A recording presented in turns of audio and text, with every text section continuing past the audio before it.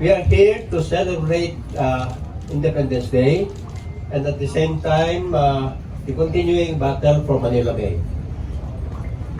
The first battle for Manila Bay was in May 1, 1898 when Spanish Armada and the U.S. forces, the naval forces, had a battle there right here in the mouth of Manila Bay.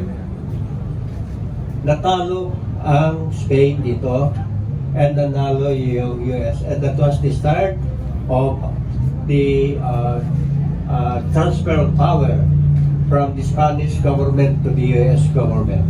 So that was the first battle. The second battle for Manila Bay happened in 1945 during the time when the Japanese occupied Manila and the Americans came over for the liberation of Manila, including the liberation of Manila Bay.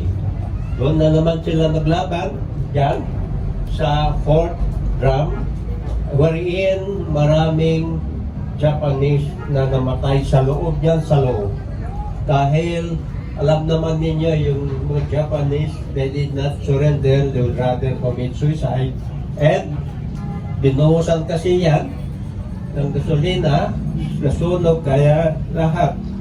We don't know kung bago sinindihan yan, nagpakamatay na sila or namatay dahil sila sa, that remains a mystery sa atin. Now, we are now right in Manila Bay to celebrate an achievement of the battle for Manila Bay. There is that picture. Nandyan yung mga cabinet secretary sa harapan, and they were followed by members of the other agencies of government, including volunteers. Nandiyan po, nasa loob na yan. So, that was the start of the battle for Manila Bay Part 3. And so, one accomplishment of that Part 3 battle is the completion and of the Dolomite Beach, Phase 1, Phase 2, and also this monument and this replica of Fort Drum. Nakapunta po ako dyan sa Fort Drum. We landed in our helicopter and tinignan ko yung lugar. It was called the unsinkable battleship. Hindi ba talaga masink yan? Kasi sementado ang kapal. And in fact, even if you back that one, 1,000 pounds bomb, hindi ka maano sa loob niyan. So ito yung meron nagman dyan, American soldiers, including one Filipino manning that one. You know, that was manned by the U.S. Army artillery, because that is a artillery, hindi kasi naval equipment ito eh. This is an army artillery eh. And we have now the Navy, the Army artillery upstairs is a 12-inch artillery piece. Meaning isang ano yan, yung kanyang barrel. The one that was used in Fort Drum was 14 inches. Mas malaki, mas mahaba, at saka mas direct, mas so that any vessel that enters Manila Bay, yan ang unang sasagupa. Parang sinabi niya, you pass this one over our dead body. Ganun lang talaga yan eh. O dadaanan mo talaga yan, hindi ka makadaan because of this. And this is really why I recommended to the President for putting up a replica of Fort Drum, kasi hindi na bibisita to, turista yan eh. Walang nakakita, pero yung mga small bangka lang. Kaya dinala na namin dito, including there was a memorandum agreement between DNR and the Department of Defense para dalhin namin yung dalawang extra doon eh. Nandiyan lang siya doon, walang ginagamit, pinagagamitan na nakalagay sa canyon doon sa Corregidor. And that's the reason why andito ngayon yan as a manifestation of the patriotism and nationalism of the Filipinos. And at the same time, yung sinasabi nga nila na we have continuing battle for Manila Bay. And before I close, I would like to thank everybody for coming over to witness this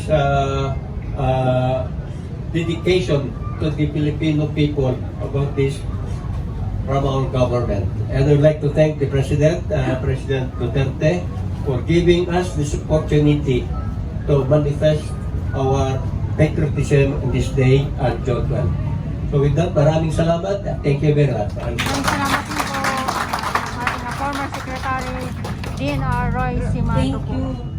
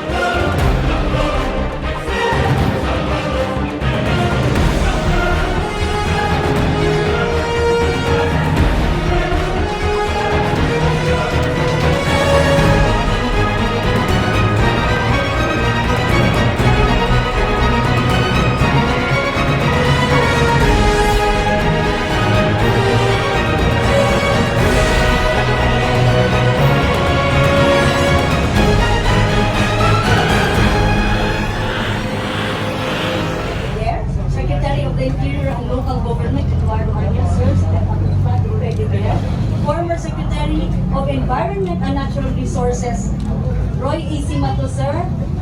Thank you for coming. Philippine Veterans Affairs Office Undersecretary Ernesto G. Carolina, sir. U.S. Embassy Representative Kilia E. Cummins. And of course, San Miguel Corporation's Ramon S. Ang, sir. May I ask the assistance of Undersecretary Jonas Leones and Undersecretary Annalisa Te, as well as the MBCO Executive Director Jacob Mengban in the unveiling. You may start now. Ay, ito na. Kulang, para makita ng lahat. While the unveiling is ongoing, I will read the marker, Fort Drum and its heritage canals. Fort Drum at Riley Island, also known as the concrete battleship, was one of the four fortifications that include the Corregidor, the Caballo, and the Carabao Islands, envisioned to serve as a formidable line of harbor defense to protect the Manila and Subic Bays. The Fort Drum cannons are 14-inch, 356 mm guns, model 1909, which were specifically designed as the primary armaments of the fort and were not deployed elsewhere. Fort Drum itself was constructed by cutting away the entire top of the original island to below the surface of the water. On this foundation, the reinforced concrete fort was constructed. When completed, it was 350 feet long by 144 feet wide, and the main top deck extended 40 feet above mean low water level. The general outline of the hull as seen from above, resembles a ship with a pointed bow toward the China Sea. The turrets of these cannons were made of 16 inches armor plate, while the sides and rear were 14 inches in thickness. The flat top was from 4.5 to 6 inches in thickness. During World War II, the combined Filipino-American military forces and civilian personnel manning Fort Drum kept the Japanese military forces at bay until an order to surrender was given by the High Command on May 6, 1942. Despite having received sustained heavy artillery fire, there were no casualties among the gallant officers and men of Fort Drum, while the cannons have remained standing unscathed until today. Due to the remote location and current state of Fort Drum, the Department of Environment and Natural Resources and the Department of National Defense decided to construct a replica of Fort Drum and its cannons with the invaluable assistance of San Miguel Corporation at the historic Manila Bay Walk, a rehabilitation and restoration area of Manila Bay Rehabilitation Program under President Rodrigo Roa Duterte, so that it can be seen by many and provide inspiration as we forge ahead with the battle to rehabilitate and restore Manila Bay back to its proud historic past. While Fort Drum is a replica, the representation of the Fort Drum heritage cannons are actual spare barrels from Battery Cheney and Battery Earl of the Corregidor Island.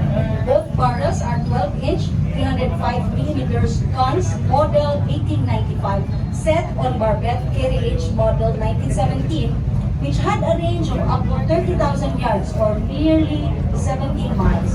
These guns were part of a Corregidor batteries intended for harbor defense that was manned by the gallant Filipino-American forces composed of the Philippine Scouts and units of the Philippine Army Coast Artillery during the United States Army during World War II. Aware of our constitutional duty to protect and advance the right of the Filipino people to a balanced and healthful ecology, and with Fort Drum and its heritage cannons serving as inspiration, we, the officials and personnel past, present, and future of the so-called Manila Bay Mandabos agencies shall remain steadfast in our commitment to our own battle for Manila Bay. 12 June 2022, Manila Bay. Yan na.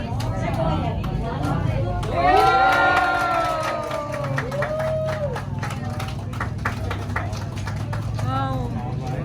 Ganda. Yun na. Yes. Yung informasyon itong ano. Oo. Wait lang po. Ayun. Nakaturo na ang ating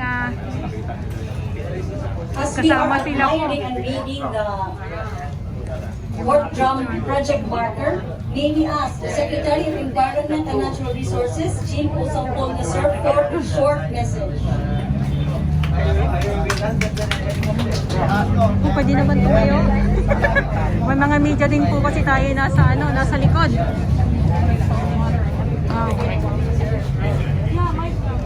Thank you very much, Attorney Go, Engine Mo. Ay, hindi pa pala tapos. Sa ating dating magaling na Secretary Sumato. Isang magaling pang Secretary ng Department of Interior and Local Government, Secretary Anyo, sir. Ang pinakamabait na military o billionaire sa buong Pilipinas. Wow. Pinakamagaling dahil mahal na mahal ng environment. Si RSA, Ramon S. Ang. Yan po nga rin ang San Miguel Incorporated. Ang ating butihing kaibigan sa Philippine Veterans Federation, General Carolina, sir. We have also visited from the United Kasama States dito ni Secretary nung Embassy. pinanoton. Yeah, what I pronounce is your last name. Miss Collins, Miss Popio. This is still a miss. Ayan, si Madam. Alam mo, gusto kong maiyak sa nangyari na ito. Dahil ito ay isang kasaysayan na hindi nyo alam ay konektado masyado sa puso ko.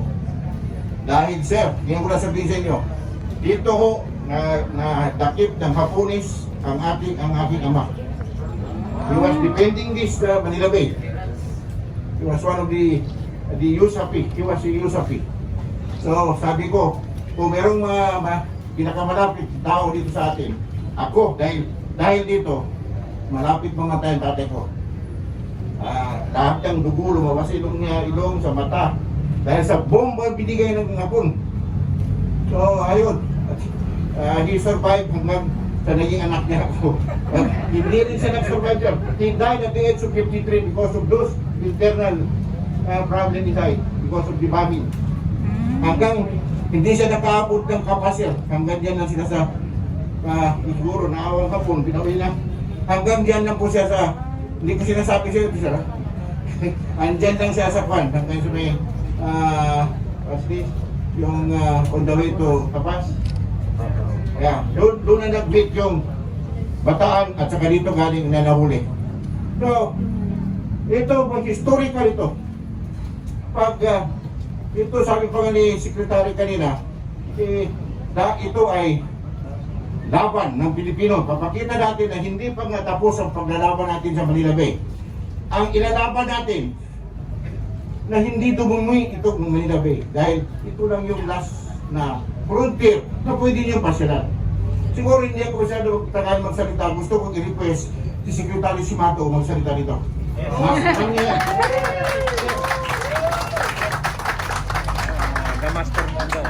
The master. Good afternoon, everybody. Good afternoon po. Magandang hapon sa inyo lahat. Maraming salamat, RSA.